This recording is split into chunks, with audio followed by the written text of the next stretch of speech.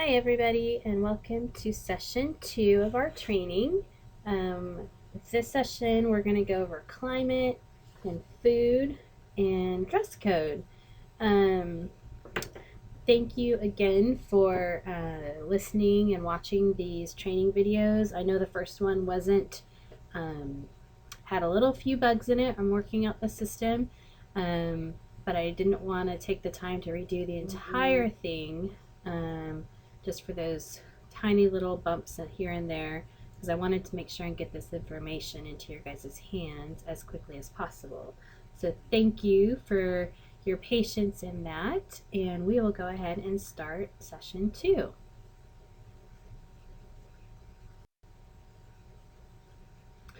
We are going to start here with climate and bugs. This picture here is of my friend Kaya, and you can see he has some pretty nice sized spiders in his hand. You'll get to meet Kaya. He's at the Gonsaber home. And believe it or not, these spiders in his hand are actually the babies. The adult ones grow to be larger than my hand. But the good news is that they're completely harmless. They're kind of like our daddy longlegs if you live in an area that has that type of spider. They're completely harmless, and the boys love to go out into the woods and find them and make us Americans squeal and scream about it. But anyways, the while we are there in July, the average highs are going to be in the mid 70s with the lows in the 60s. So it's not going to be extremely hot. The hottest time of the year for India is in May, and we're also going to an area with a pretty good elevation, and it's not one of the hotter areas of India. So we'll be really blessed with the climate while we're there. There will be a pretty good chance of rain. The rainy season, the kind of the peak of it is August and September. So we'll be coming into it in July. So we'll just need to be prepared for that. We'll just need to make sure we have a pretty good list of indoor activities that we can do in case we have, a day or two that we just can't get outside. And as long as we go prepared for that, we'll be fine. And their rain is very much similar to if you've ever been into an area that has monsoon rains, that where it just comes really hard, really fast, and then it's gone. So it's not like the Pacific Northwest rain where we get it and it rains all day. So the chances are sometimes we can get out for a little bit, and then the rains will come in and we'll have to go back in. But maybe we can even have some fun activities that we do in the rain or something like that to make the best of it. And then bugs and mosquitoes, I showed you the spiders. The good thing is that we never saw these spiders like in our hotel or anything like that.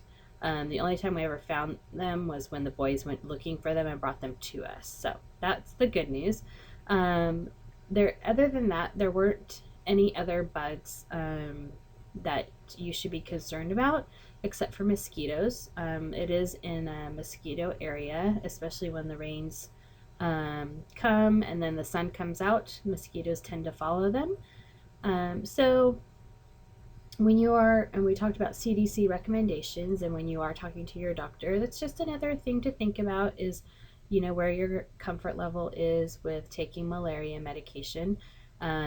India does have malaria active there, and there are higher risk areas and lower risk areas, and you can find those maps online and talk to your doctor about what their recommendation is for you.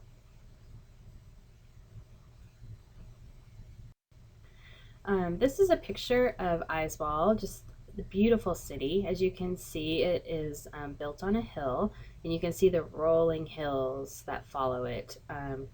And I'm going to show you a series of pictures just to kind of give you an idea of the climate and how things change. Because we are at a pretty high elevation, the clouds can roll in fairly quickly.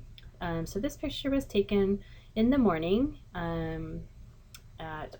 It's actually taken from my hotel room window. before we left for the day. This picture is taken from Gonzabra, the home, a little bit later, and as you can see, the clouds have kind of started to roll in and there's some darkness to them. And we got some pretty good thunderstorms on this day.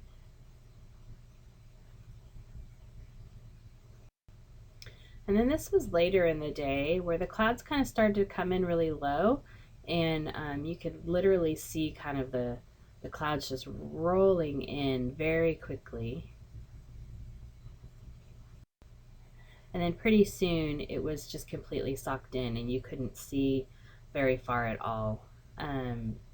So the weather can change fairly quickly. It never gets very cold. It's just either warm or a little rainy. So when we go through our packing list as we get closer, you'll notice that there's some different things on your packing list that will help you be prepared in case we get caught in a rainstorm. Now we're going to talk about the food. We eat our breakfast is at the hotel, and the breakfast at the hotel is very accommodating to our Western palate. And they have a buffet set up every morning, and in the buffet they always have cold cereals with milk. They have bread and a toaster out where you can toast your own toast. They also usually have some type of muffin or pastries out. They have coffee and tea out every morning, and then they usually have 3 hot dishes out, and they vary between Indian dishes that you can try. It's always fun to try new things. Sometimes they have pancakes or French toast. Sometimes they have these little pastries that are kind of like what we would compare to a donut.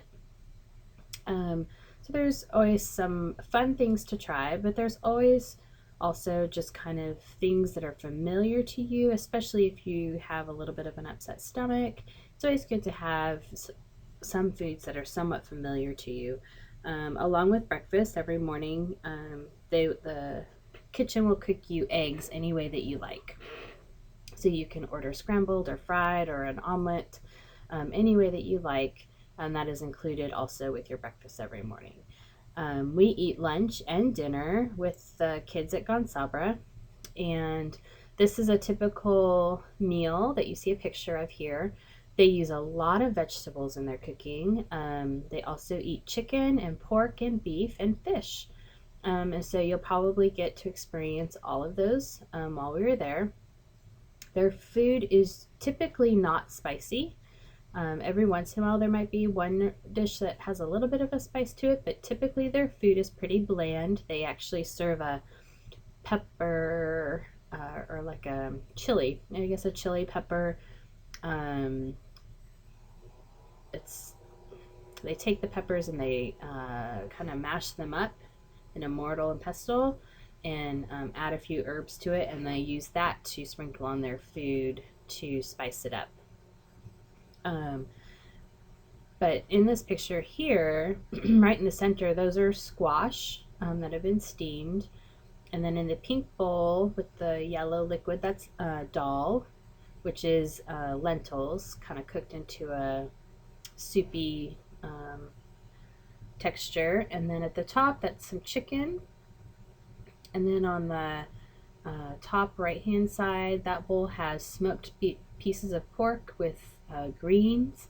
And in the bottom, there is some more greens. And in the covered bowl is just steamed rice. This is a very, very typical meal that we would eat in Gonzabra. It's very typical miso food.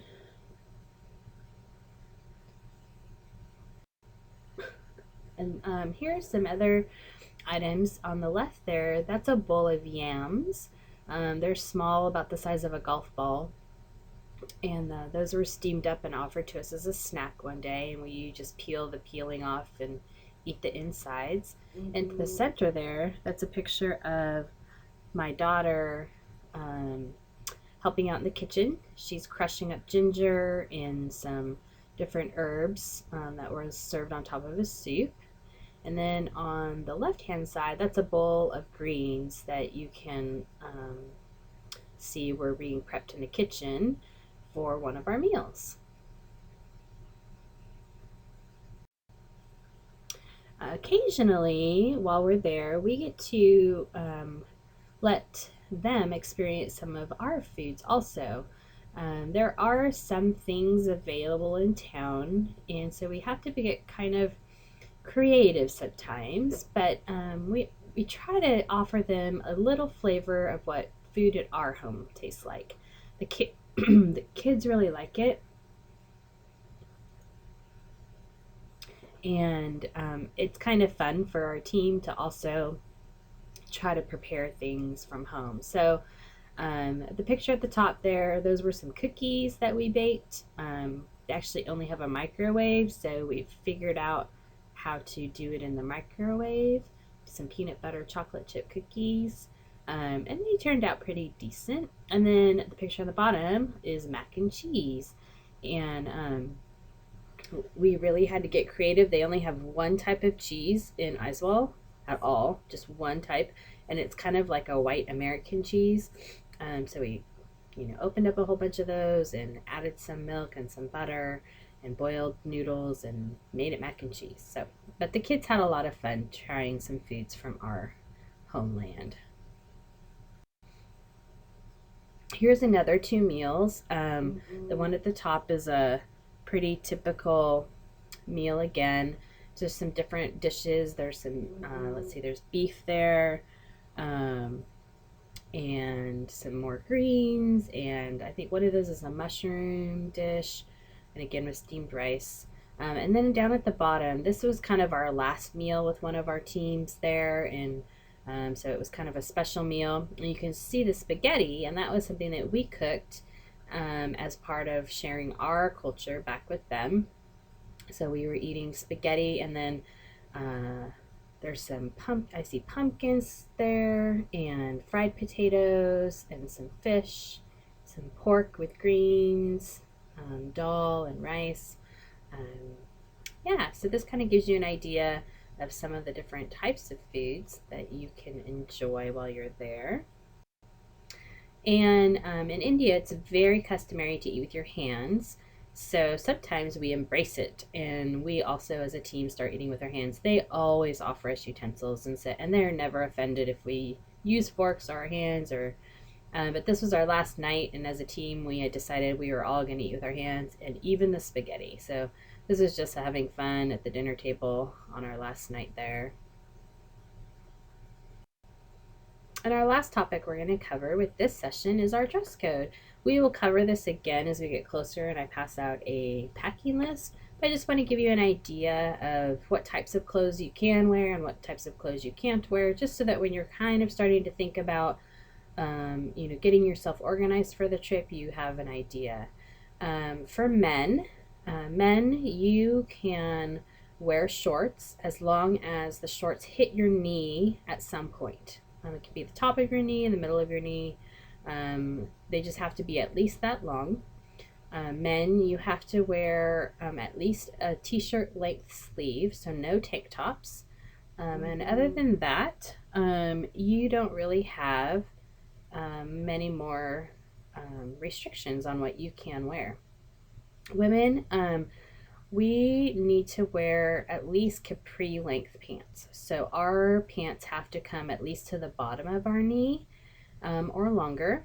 We can wear skirts also, and that's the same length from the bottom of our knee to our ankles. And we also cannot wear tank tops. We must have a sleeve, at least a t-shirt length sleeve on our shirts. And for women, the only other thing that I ask is that your shirts not be tight, that they not be low cut. India is a very modest country in their dress, and we just really want to respect that, and we want to make sure that we're not drawing attention to ourselves because of our clothes. We would rather draw attention to ourselves because of other great things, and not necessarily because they're shocked by what we're wearing. So that concludes this session of our training. Thank you guys again for listening in and helping get prepared for this great adventure that we're on. And I will see you at the next session.